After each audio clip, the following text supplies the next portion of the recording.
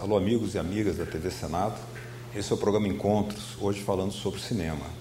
Cinema que remonta ao período dramático, ainda não totalmente esclarecido, da época da ditadura militar no Brasil, onde o próprio cinema se encarrega de lançar luzes para esclarecer, para ajudar no aperfeiçoamento da democracia, para ajudar a memória também, porque é com memória que se avança o futuro. Estamos falando do filme Em Teu Nome e vamos conversar agora com os dois atores principais dessa película. Temos aqui conosco Fernanda Moro, Tudo bem? Que faz o papel da Cecília, né? Esposa, que é a esposa do personagem principal, que nós já entrevistamos também, que era um estudante de engenharia lá no Rio Grande do Sul, que se levanta em armas contra a ditadura militar e faz disso uma trajetória para o cinema muito marcante, né? Obrigado pela presença, Fernanda. Eu que agradeço. E Leonardo Machado. Ambos são atores gaúchos. O Leonardo faz o papel do Boni, que é o Bona Garcia, é o Boni, né? Exato. Que é o personagem militante que pega em armas, vai preso, vai banido, vai para o Chile, é expulso do Chile, vai para a Argélia, vai para a França, funda o comitê brasileiro. É uma grande odisseia, né? Na verdade.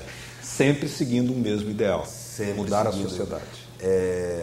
Esse filme tem uma coisa muito forte, assim, quando a gente começou a se dar conta da dimensão desses personagens. Num belo dia eu falei para o Paulo, eu estou um pouco apavorado com isso, porque a dimensão coletiva desse período eu não consigo compreender, porque eu nasci em 76, então quer dizer, já estava quase abrindo, e o nosso pensamento hoje é um pensamento muito mais individual do que naquela época. Quer dizer, esse cara, o Bona e o grupo dele, não só lá, mas como no Brasil inteiro, quer dizer, se armando, sem ter preparo nenhum, se armando contra o exército, é uma coisa que hoje é praticamente inimaginável, que a gente consiga juntar uma sociedade ou juntar um grupo que seja para realmente lutar por uma ideologia, por uma democracia, pela liberdade. E eles fizeram isso. Eles fizeram isso. O Paulo nos contou, Fernanda, que o filme recebe muitas leituras, como é comum, mas ele destacou uma dicotomia. Alguns veem, é um filme político, mas outros realçam que é um filme de densidade humana, uma história de amor também, onde cujo papel que você interpreta, né, não é de uma militante, mas de uma esposa apaixonada que acompanha o seu amado, que é um militante. Exatamente. Bom, as pessoas gostam muito do nome do filme, né? Em Teu Nome. Então, em nome do quê? O personagem do Léo, em nome da liberdade, em nome da justiça, em nome da política, e ela, em nome do amor. Ela não estava pensando em política, ela estava pensando, eu sou apaixonada por esse homem, eu vou atrás dele. E ela deixou família aqui, deixou tudo e foi atrás dele. E até hoje vivem juntos e muitas mulheres, quando terminam o filme, vêm conversar comigo e dizem, nossa, eu não aguentaria tudo isso que ela passou, não. E aí a gente volta no que o Léo estava falando, sobre esse individualismo. Hoje no relacionamento, qualquer coisinha, não quero mais, briguei, vou para outro, e assim vai-se. E eles têm essa cumplicidade, esse amor. Ela realmente foi uma guerreira de ter ficado ao lado dele, enfrentado tudo que ele passou. Imagina ter um filho fora do seu país. Ela deixou o marido dela, sabendo que de repente não veria mais esse marido. Imagina o que passou pela cabeça dela. E ela sempre encarou tudo isso com muita leveza. E eu acho que isso é que realmente deu força para ele seguir essa luta dele. Tem muito da contribuição dela também. Apesar do pesadelo que foi aquela época, né? A sombra, um momento de escuridão, né? Agora, vocês têm participado, provavelmente, de debates, né? O filme ganhou 4 Quiquitos lá no Festival dos Gramados, são troféus, 4 Quiquitos, né? E o debate muito de como olhar essa história da ditadura militar, que ainda não está encerrada. Há processos, ainda se questiona a anistia, a OEA ainda está analisando, né, um julgamento sobre o Brasil, ditadura então, o Estado brasileiro ter cometido violações de direitos humanos naquela época, né? Como é que vocês veem esses debates, as expectativas, as diferentes reações em relação ao filme? Bom, em todos os festivais existe uma pergunta que é recorrente. Por que fazer um filme sobre a ditadura militar? E eu acho que a resposta é a mais óbvia possível. Por que não fazer? Essa nova geração, eu tenho 34, não sabia absolutamente nada sobre esse período, a não ser o nome dos presidentes do país, o grande boom econômico de desenvolvimento, só que a gente não sabe o que aconteceu realmente. É muito velado e isso parece, o Paulo fala muito sobre isso até, que a sensação que ele tem é que isso aconteceu há 150 anos atrás, quando ele começa a conversar com as pessoas. As pessoas não têm essa referência que isso aconteceu há 40 anos. É muito pouco tempo. É muito pouco tempo. E os jovens sabem pouquíssimo sobre isso. Nós também sabem. tivemos que estudar muito e ler bastante também. A gente vai conversar com um jovem de 20 anos sobre ditadura militar, ele também não consegue desenvolver, ou assim, porque não sabe a história do seu país. E tem uma coisa muito interessante, eu acho, no filme, que consegue colocar esses personagens como seres comuns e humanos.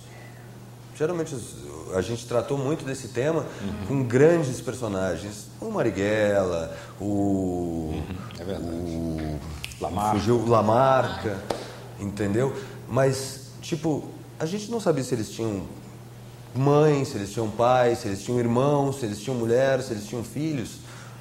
Então eles acabavam mostrando esse guerrilheiro super preparado. E a ideia inicial do filme era não mostrar esse guerrilheiro preparado. Mostrar esses garotos que eram estudantes, que não tinham preparo nenhum e que, mesmo assim, abriram mão disso. E como isso gerou e como isso modificou a história de famílias inteiras. Agora, a partir do momento que vocês recebem essa história densa, vocês são jovens, e dessa densidade humana que está presente na trama, para construir os personagens, que critérios vocês mesmos foram introduzindo dentro de vocês para atuarem nesses papéis? Bom, a minha primeira pergunta para mim mesma foi como eu vou construir uma personagem real? Porque sempre quando a gente vai assistir um filme que diz baseado em relatos reais, baseado em fatos reais, a gente sempre analisa de uma forma diferente.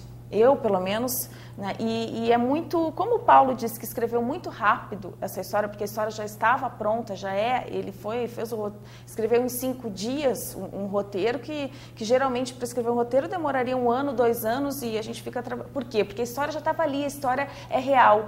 Para mim, funcionou da mesma forma. Como eu conversei muito com ela, foi mais fácil construir. A história está ali, está pronta, é o sentimento, a gente não fica analisando como ela pensaria. Não, ela pensou assim, ela fez isso, então a gente estava ali com a história viva. Para mim foi muito mais fácil. Os personagens reais da história estavam...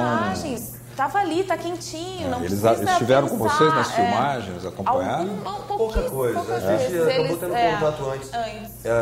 Eu sempre pensei desde o início, tipo, eu não posso tentar fazer um personagem baseado na mímese. Por quê? Porque eu estou conversando com o Bona, com 60 anos, ele tinha 25. Será que o pensamento dele hoje é o mesmo pensamento que ele tinha naquela época? Não, não era. Tipo, como construir isso, né? É diferente, por exemplo, de personagens, grandes personagens marcados na história, como, por exemplo, sei lá, o Kennedy, o Ray Charles, quer dizer, temos referências, Mandela, quer dizer, existe uma referência.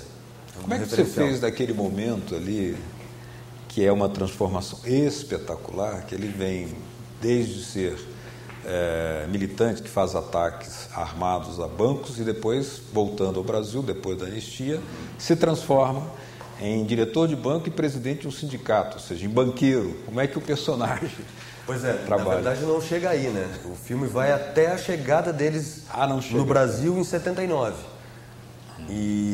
Mas isso já vem, essa transformação vem acontecendo. E é uma coisa que o Bona sempre falou, assim, ele sentiu essa transformação mais latente quando ele chegou no Chile. Que ele começou a compreender essa sociedade, principalmente por ser um país muito politizado, no Chile, principalmente nesse período, muito mais do que o Brasil. Claro. Quer dizer, a população era muito mais envolvida politicamente e mais consciente de tudo. Então, quando ele chegou lá, ele pegou todo aquele momento que estava acontecendo, do Allende no governo, mudando tudo isso, e o golpe. E logo em seguida ele pegou o golpe, quer dizer... E teve que fugir. Quer dizer, ele pegou 2 golpes. 64 O de 64, foi onde banido, ele era estudante. Né? Daí em 70 foi banido. Quando chega no Chile, vivendo no Chile, já um pouco envolvido nas discussões, ainda com brasileiros, para saber, enfim, né, a discussão não acabou, né, o trabalho, claro, para a volta para o Brasil, como voltar, o que a gente pode fazer para ajudar quem está no Brasil, que está preso e tal. E daí acontece o golpe do Pinochet, em 11 de setembro, olha só, 11 de setembro é uma data que aconteceu muita coisa, né, no mundo. Sim, Fernanda. E não foi só uma transformação do personagem, esse crescimento que o Léo falou. O Léo fez um trabalho físico. Em um mês ele engordou 10 quilos e conseguiu perder 7, Léo, eu fiquei com uns 4 que são do Bona, que não me pertencem. Assim, o pessoal que vai assistir o filme, a barba no final do filme é uma transformação física incrível em um mês. Isso ajuda muito, né? Isso ajudou muito na construção. Agora, qual é o recado que vocês deixam para, digamos, vocês são atores jovens, a juventude ainda não, como vocês mesmos disseram, não só não viveu, mas não interpretou, não teve acesso a essa história tenebrosa do que foi o período da ditadura militar, e um recado que vocês deixam ao fazer um filme sobre esse período, qual seria?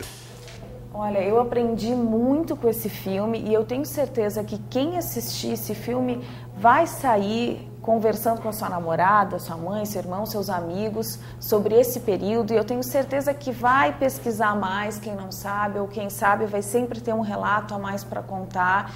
Então, eu acrescentei muito na minha vida, esse filme acrescentou muito na minha vida, eu tenho certeza que quem assistir também vai acrescentar. Leonardo, seu recado. Esse período nos construiu, né? Quer dizer, hoje a gente tem a liberdade e a abertura para o mundo por causa desse movimento, desses movimentos dessa época. Eu acho que a gente tem que pesquisar e tem que entender um pouco mais da nossa história para entender como é que a gente chegou até aqui e para que isso nunca mais se repita. Muito bem, queria agradecer a presença de Fernanda Moro e de Leonardo Machado, eles que protagonizam os papéis principais do filme Em Teu Nome, cuja pré-estreia foi feita aqui no Senado Federal, com apoio do gabinete do senador Pedro Simon, onde nós estamos, até desarrumamos um pouco para construir um cenário para o nosso programa. Muito obrigado a vocês. Obrigada. E obrigado a vocês de casa que nos acompanharam. Fiquem com a gente na nossa programação. Até o próximo Encontros. Tchau.